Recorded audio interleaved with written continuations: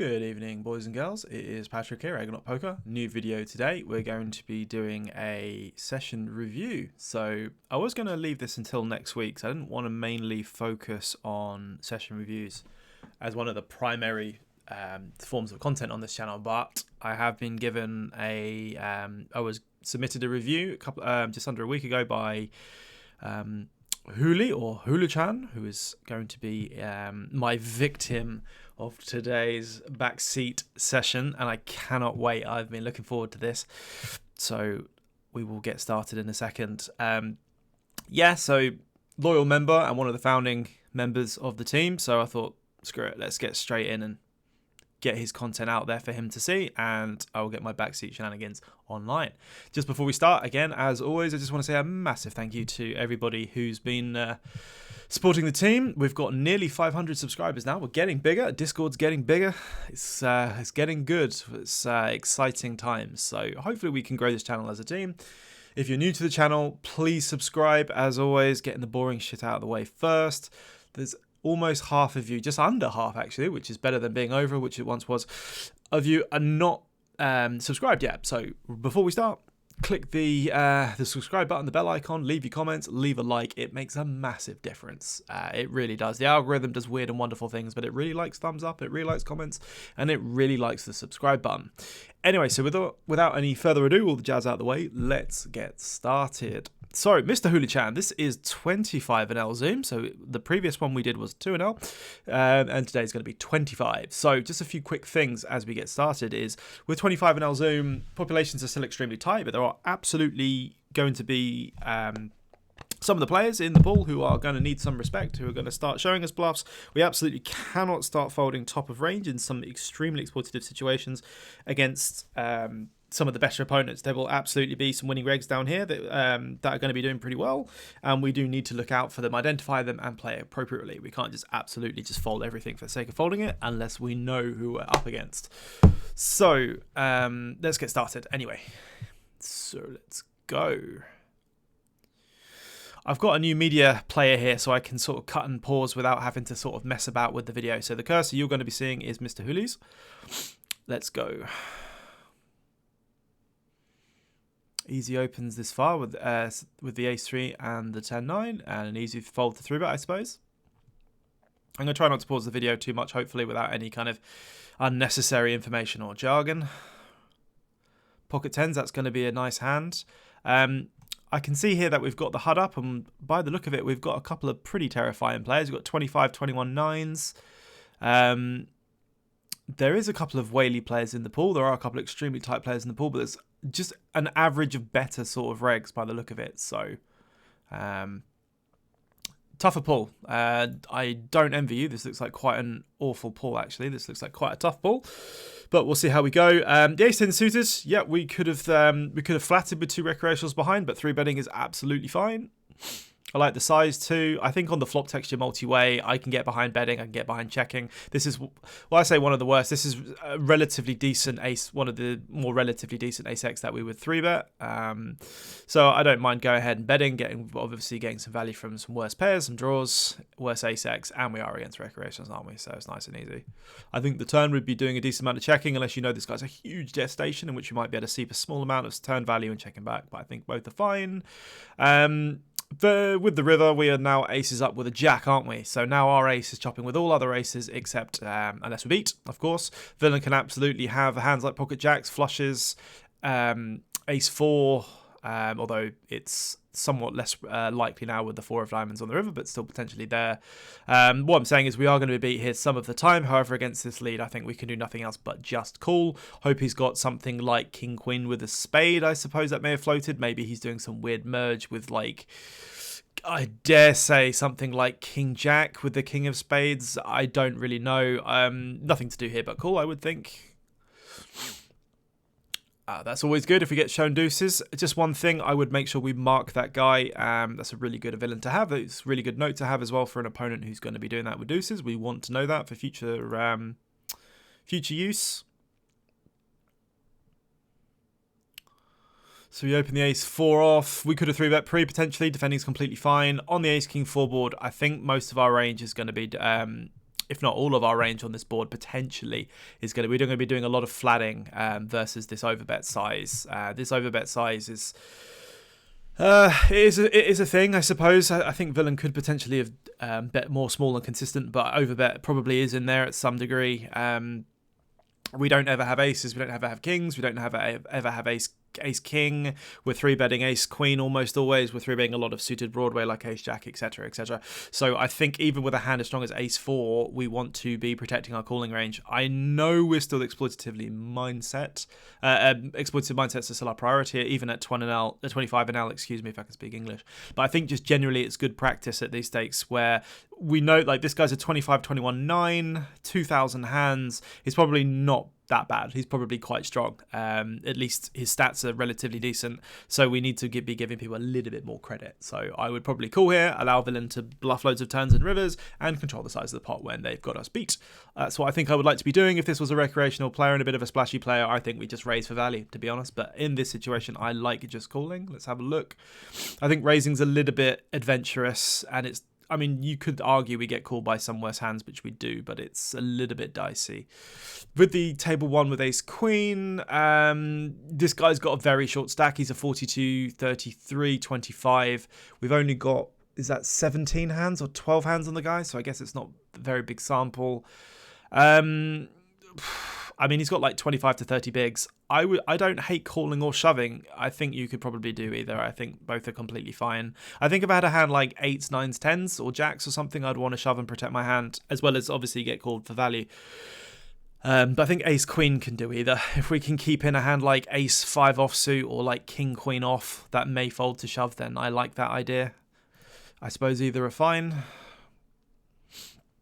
8 of spades, table 2. Yeah, I think with this turn card, let's see what they do first. I'm assuming they're probably going to be doing a decent amount of checking, maybe some small betting. Excuse me. Yeah, versus this size. So table 1, let's carry on with table 2 and then we'll go over table 1 in a second. With table 2 against this smaller turn bet, I think this is nothing else to do than call. I think had we had different types of hands, I can get behind raising here. Potentially if we had 2-pair with the 4 of spades, maybe we can do a small amount of raising against this specific size. But I think primarily I think I would like a call. Let's keep ace jack off in there. Let's keep ace queen off in there. We don't want to raise and make them fold. I think villain's going to be probably, in these pools, I think they're probably not going to be blocking as much with correct ranges, I would dare say. So I think this looks a little bit capped at something like ace. I think the worst hand the villain might be betting here is something like ace jack with the jack of spades, or maybe ace queen or better. I dare say we can easily still be behind here, but I'm never folding. I think calling's the only option. Table 1, it's a pot size shove. Villain, I mean, the problem is villain can just have ace 10 of clubs. Villain can have, you know, any kind of hand with it's just a 1-to-1 SBR with a hand that's very easily just okay. I wouldn't say it's a crushing call, but like if villain's just got hands here that are like a bit silly, then I think we can't fold. We don't have any clubs either, I suppose, which unblocks some of his more kind of like mergy hands and some flush draws like king queen of clubs or something. I would probably just call here for 1-to-1. I don't think we can fold for this size unless you have some real specific reason to.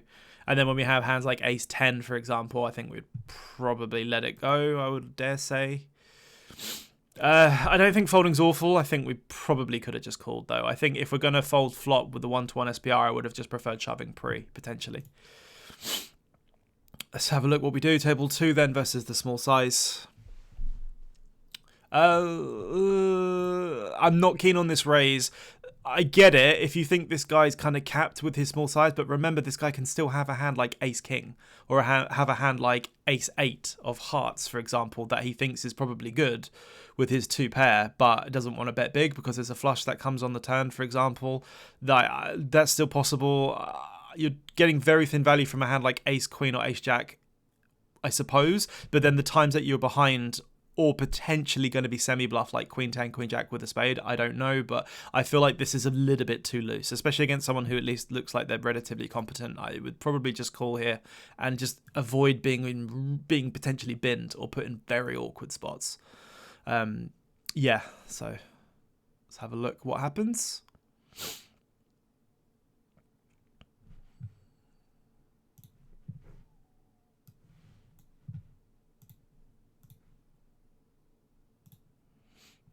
He's in the tank. Easy fold with the queen jack there. I think you could call very, very small amount at the time, depending on what villain's opening size is. With this 7 completing river, the river doesn't technically change that much. This only improves something like a7 with the 7 of spades. Something like that. I suppose villain can have 5-6 of spade, 5-6 offsuit with a spade, perhaps. I feel like that's very, very scarce compared to the rest of the hands, though. Villain could even just have a small to medium flush. Villain could just have ace-king. Villain can just have a pocket kings.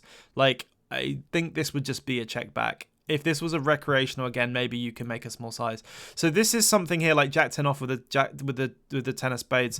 This could have even potentially 3-bet you on the turn, for example, and absolutely binned you. That's the reason why I'm a bit scarce about making these sort of very thin raises. If this was like an offsuit 8, you know, maybe for against a small size, I might consider raising, but I think the 8 of spades is a little bit too loose. But hey ho, you got more money than I would have in that spot, so well played, I suppose.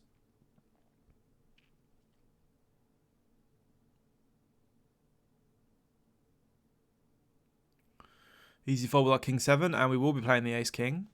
You can potentially do a very small amount of calling against UTG, and then it starts becoming a little bit wider, a little bit less often against the mid to late positions, but you can do some flatting with ace king potentially in the big blind to protect that and defend that range, make it a bit stronger.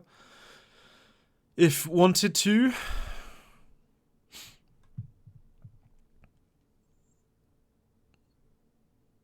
I suppose we're going to be folding queen 3. Hands like queen 5, queen 6, hands like king 5, king 6, king 7 offsuit can potentially do some 3-betting. It can be as bad as those hands if they want to.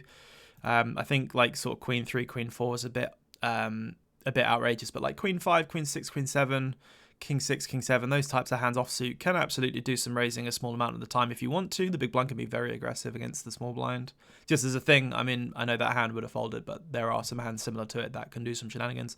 In terms of hands like, so like your king 10 offsuit, for example, I know in the high rake environments, like if you've got loads of really, really good players behind you, then you would be mostly folding, I suppose. But just in general, like you can potentially open the king 10. If you're doing a 2.5x open, you'd probably open it something like, I don't know, 25-30% of the time maybe. But it's like, I think you could, if you feel like you can play well and you haven't got very strong people behind, I think hands like king 10 and queen jack offsuit, those type of hands can open some of the time under the gun if you feel competent playing them.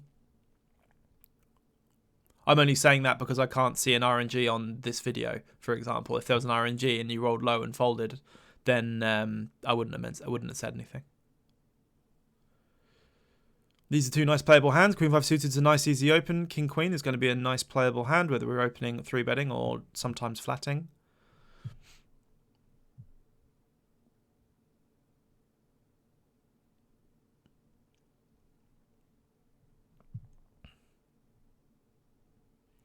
I think I can go both ways with the queen 5 of spades. I think against, like, again, because we're at like 25 compared to like 50 or 100 and above, I think we can still get away with a slightly more aggressive c-bet strategy against most players. And we just have to be a bit careful against some of the more seasoned players. Again, here, it's 27. We've got a good sample. This guy's a 27, 19, 9. So again, pretty strong stats. So again, I wouldn't assume this is a particularly terrible player. So we do have to be a little bit careful how often we are c-betting and why. I think you could probably do a bit of mixing here between small and mid-sized bets, I suppose. I think I would just prefer always the more aggressive option than checking back. Although checking back probably would be completely fine because you've just got so many backdoor cards. You can still do loads of shenanigans on turns. I think I would have just preferred betting in general though. And I suppose we have an easy defend on the flop with ace 10. I don't think we should be raising that much with this combo. I think we're going to be raising more hands like very, very strong top pairs like ace king, ace queen, some 2 pairs, some sets, some straight draws, etc., and some sort of blocker bluffs. I think ace 10 offsuit mostly calls. I think it would be a decent hand candidate to call, maybe a bit cuspy for a raise. Like the bet on table 1 with the ace, I think our range is mostly going to be betting a bit bigger here. I think 17 to 128 is okay. Maybe slightly bigger, but it's fine. It's good. We've got a lot of ace-x that checks back and bets turn. We can put some pressure on villain and bluff some potential rivers. And I suppose easy fold against raise. Table 2, what happened here? Did he check back? He bet the flop, checked the turn. So you could. So this is another part of the story where it's like it depends what you want, more of a solver approach or more of an exploit approach. Let's have a look here. 21, 16, 9, 3,000 hands. A little bit more of a taggier player, perhaps a decent 3-bet though, but 16% opens a little bit on the tighter side of a reg, I suppose. So I would assume this guy's probably got more, I dare say more, what's the best word, more honest checkbacks on turn. Maybe more hands like pocket sevens, some king queens, some hands like that. They're just a bit capped maybe, probably not so many traps. I think I do like the small size here. I think genuinely though, if we were floating here with a hand like 7-8, 10-8, maybe like king jack of clubs, or pocket fives or something.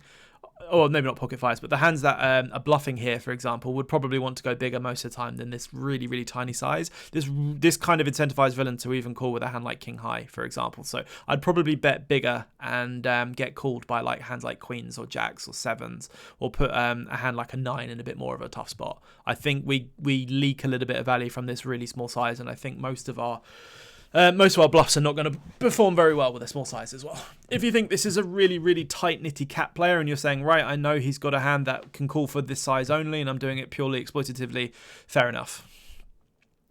Let's see what happens. He does make the fold.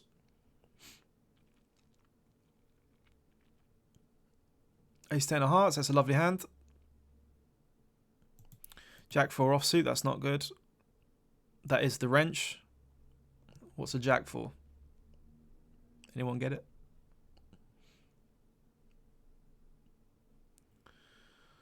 Sixties off, no good. Neither is 9-3, nor the 10-5. Even with two tables going on Zoom, sometimes you can just feel like a folding station.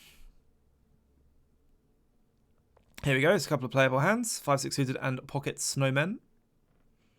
Mostly defending as a call, I believe. Table 2. I don't think we should be doing any cold 4-betting or calling in this situation. I think a fold is going to be pretty good and dandy at this level, especially with the rake and the way the player pool genuinely plays. Opening 5-6 suited. Yes, that sounds good to me.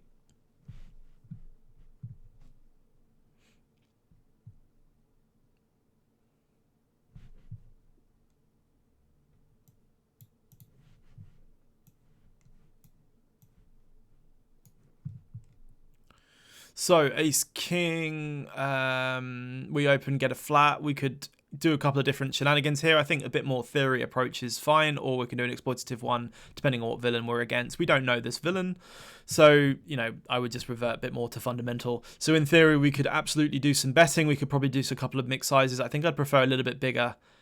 Or check. I suppose you could also check call and check raise. I suppose all three options are fine as long as we don't check fold. I'm happy with it.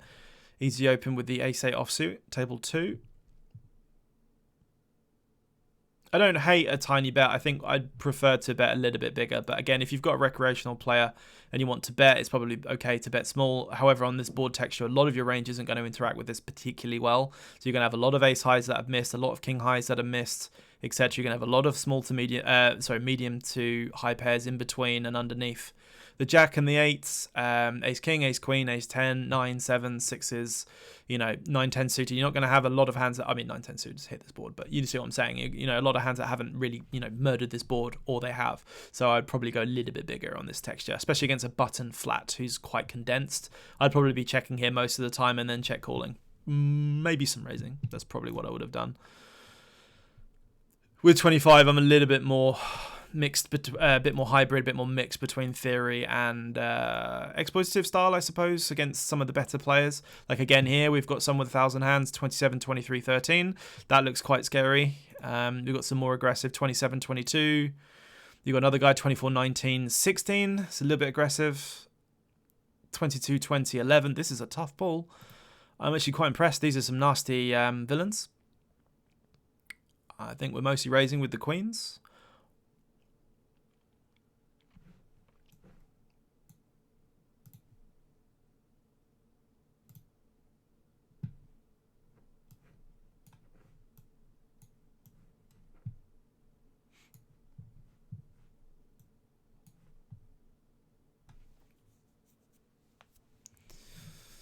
Easy folds, I suppose, with the ace 8.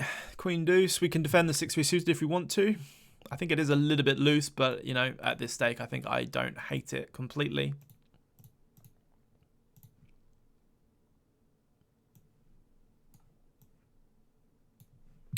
Versing check from Villain 23-20-10 with a 600 sample. I can't see a C. Oh no, he's got 2/3 C-bet. Okay, that's fine. So this guy again looks pretty competent, at least from a first glance. 9-8-3. If he knows what he's doing, he should be checking here quite a lot to the big blind. So again, with a hand like 6-3, I suppose exploitatively, I don't hate just betting because the people are probably still quite heavily orientated towards mostly being quite capped. However, this type of opponent does concern me a little bit. I think you could bet here. I think you could mix between betting and checking. Betting just folds out a hand like King, Queen of Clubs. That's good. You know, we get some protection. We get some potentially some pseudo value from like an Ace King, Ace Queen, Ace Jack, Ace 10 type hand, and we can potentially get binned as well by by betting. So I don't hate checking back. This hand does make it quite awkward to play on some turns by checking. So I guess I don't mind either way. Like the 3-bet table 1 King Jack suited, we could also call, but 3-betting is very, very good. Looks like we've sized up here a little bit because we're a little bit deeper. I also appreciate that. I think that's very well played.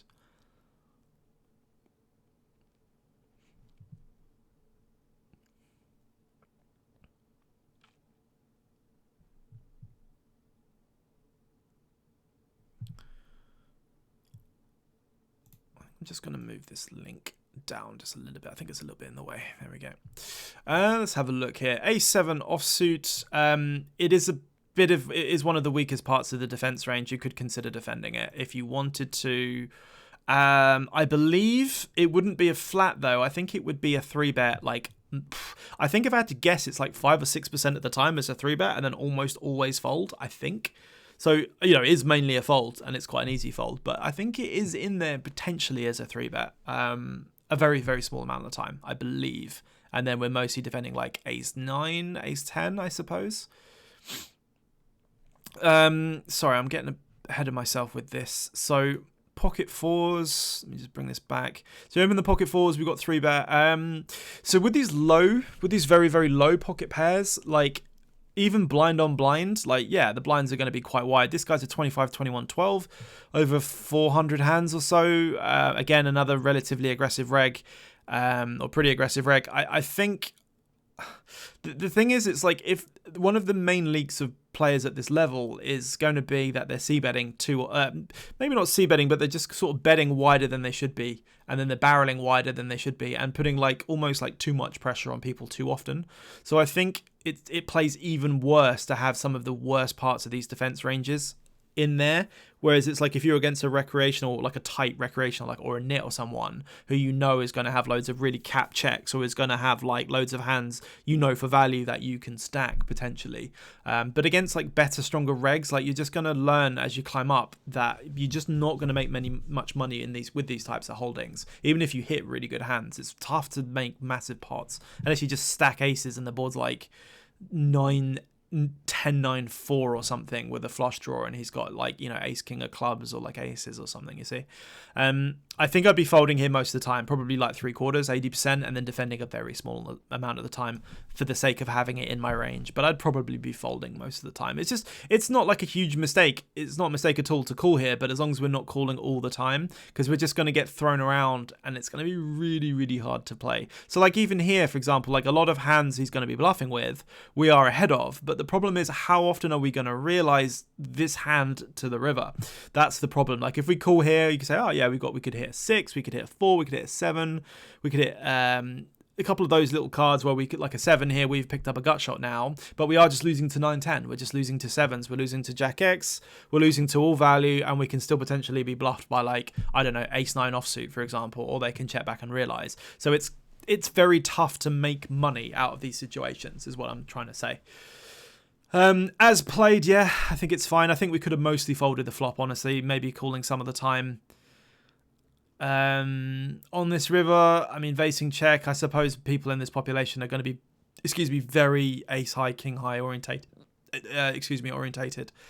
He could, I suppose, have a hand like king 10, king queen some of the time, which may have given up and then bluffed the river, but we have better hands to call with, I think, than pocket fours. So I think I would have pitched that. As played, I think villain does probably have a decent amount of hands that we lose to. It doesn't even have to be an ace at that point when we check the river. I'd be mainly folding fours, again, for the same reasons as before, but we could also defend a small amount of the time, probably 15, 20%, something like that, I would suppose. Multi-way, I think I prefer, so multi-way, I haven't done loads of study in multi-way, so I'm not going to pretend I'm a genius, because I'm really not. I would just thinking about it, sorry, from an exploitative point of view, is I believe people don't trap these spots often enough, as in they don't check here with hands like ace, queen, ace, king, ace, jack, and they don't have balanced checks with like ace 10 enough, for example, or like ace 8 of clubs or something under the gun. They can do it, but I don't think they do it enough. I think that's one of the leaks that are that is quite common in these levels, these sort of low levels. So I think the big blind, he can. Both villains can have really good hands here. So it's like pocket fours would be a pure bluff, and I don't hate it, but it's just a spot where it's just like checking down and trying to realize a four would be great on the turn if possible. We can potentially stack a hand like ace jack or something, or ace king or ace queen. Potentially we can do some damage. If I was in the micro stakes, I would like going after this on the turn. Like, it might check round and then I might overbet bluff turn. I think as played at these levels, I think I would just play a bit closer to theory. Multi-way, I think I'd prefer to just sort of check back and realise. Maybe spike a four, maybe go to showdown. You never quite know. If it checks round on the turn, this might not be a bad card to bluff on, potentially, I suppose. But again, we don't really get that much to fold, so I don't hate just checking. I think if I was going to bet, I would go big. I suppose you could do a multi-street line, but again, if you want to make a hand like 8s, 9s, 10s, 7s fold directly, it's probably better just to make a large size. So yeah, I think that's probably okay.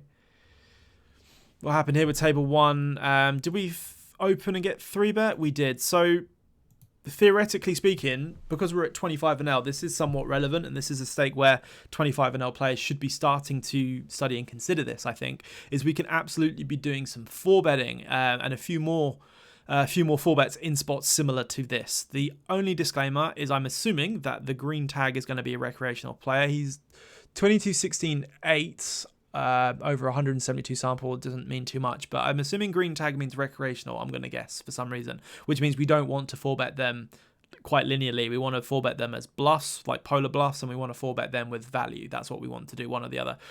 Against most competent regulars, though, we should be considering 4-betting here most of the time, because we're just going to reassert aggression. We're going to be in control of the hand, and our ranges are going to become wider and harder to play against, just as a thing. Thinking about when you think about playing against some of the better competition at 25, 50 and moving up, etc. Against a recreational, I'd probably just call here. I think calling's probably fine. We're a little bit deeper as well, which makes it nice. I think we can make a decent amount of money by calling. I don't think I would fold, though, especially considering we're deeper, and he doesn't look like a complete definite. So I don't expect villain to be 3-betting 3s or deuces. I don't expect villain to be 3-betting 9s as much as a recreational. I guess that's a bit subjective. Against overbet, we're folding. It's nice and easy. Against a small or a medium bet, we could potentially float or check raise. I think this combo would do well with both. I think against overbet, I think we're probably just folding. I think it's probably the easiest thing to do. Also, I don't know, like the question to ask yourself is, do fishier players overbet flops with bluffs, or do they do it with pure value? Most of the time, I think it's value. Like, that looks like 10s or jacks protecting itself rather on such a dry board than perhaps aces would do. Like, I would think. So I'm going to go with him having a hand like relatively decent most of the time, I think. Or is just going to keep barreling, so it's just going to make life easier. His sizing just makes it easy anyway to just fold. So I'm trying to keep up while talking here. Table 2 with the king, queen. What happened here? The hijack open. We defended king, queen. That's fine. I suppose we could have 3. Actually, no, I think king, queen off is doing mostly calling. I think a small amount of 3-betting off the top of my head. I think we could have potentially led range on flop or checking. Both is probably fine. I think I probably would have slightly preferred a lead. But again, if you've got this guy targeted as a recreational, checking's fine. On the turn, let's have a look. Check. So the way this is played against a recreational, I don't think he's ever checking back a flush draw. Twice, I don't think he's ever checking back a king. I think he would be mostly checking back a hand like maybe ace queen, maybe a hand like pocket fives, maybe a hand like ace six suited, maybe a hand like something like that. I suppose maybe you could have rivered a jack. I would probably exploit it if you just go very, very small here. I think you could just bet in theory as well or check, but I would probably bet small. Don't let him check back with like eights or like fives or like, I don't know, ace seven suited probably is best. Let's have a look. We'll see the outcome and then we'll move over to the second part of this video. I mean, just betting huge isn't that great. It doesn't generate that much value from worse, I think, the way a hand's played. So I think small to half is about fine. Nice. Okay, guys, so we're going to stop the video here and we're going to move over to part 2. So I'll see you in the next one.